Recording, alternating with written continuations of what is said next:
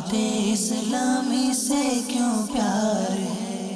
مدنی channel کی screen پر kids مدنی channel کی programming کو بچوں میں پسند کیا جا رہا ہے۔ اس سفر کو شروع ہوئے کم و بیش 1 سال 10 مہینے ہو گئے ہیں۔ بچوں کے لیے اسپیشلائز دینی اور اخلاقی تربیت پر مبنی پروگرام بنانا اور ان پروگرامز کے لیے بچوں کا ایسا ٹیلنٹ سامنے لانا جو کہ اس کنٹینٹ کو ڈیلیور کر سکے، یہ واقعی ایک چیلنج سے کم نہ تھا۔ پر اللہ کے فضل، امیر اہل سنت کی دعاؤں اور بڑوں کی ہر مرحلے پر رہنمائی اور ویژن سے دعوت اسلامی کے اس انیشیٹو نے پروگریس کیا۔ بچوں میں مبلغ بننے اور ہوسٹنگ کرنے کا جذبہ بڑھنے لگا، جس میں ان کے والدین نے بھی اہم کردار ادا کیا۔ شروع میں جہاں ایک ہوسٹ بنانا اور تربیت کرنا ٹیم کے لیے ایک چیلنج تھا، وہاں اب کڈس مدنی چینل کے ٹیلنٹ پول میں کئی بچے ہوسٹنگ اور مبلغ کے طور پر اپنا رول ادا کر رہے ہیں، دین کی دعوت دے رہے ہیں۔ بہت اچھے نعت خواں بچے بھی کڈس مدنی چینل کی اس ٹیم کا حصہ بن چکے ہیں۔ اس کے علاوہ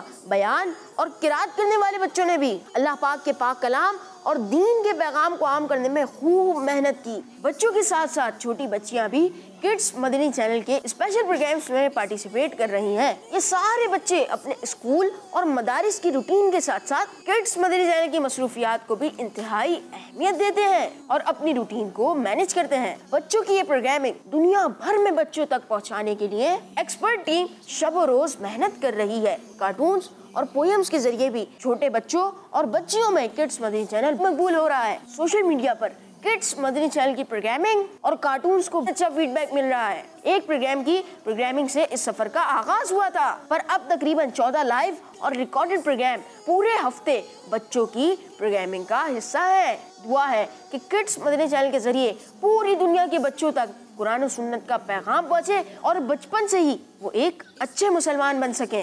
دعوت اسلامی سے کیوں پیار ہے۔ بچوں کا مدنی چینل آ گیا، بچوں کا آ گیا۔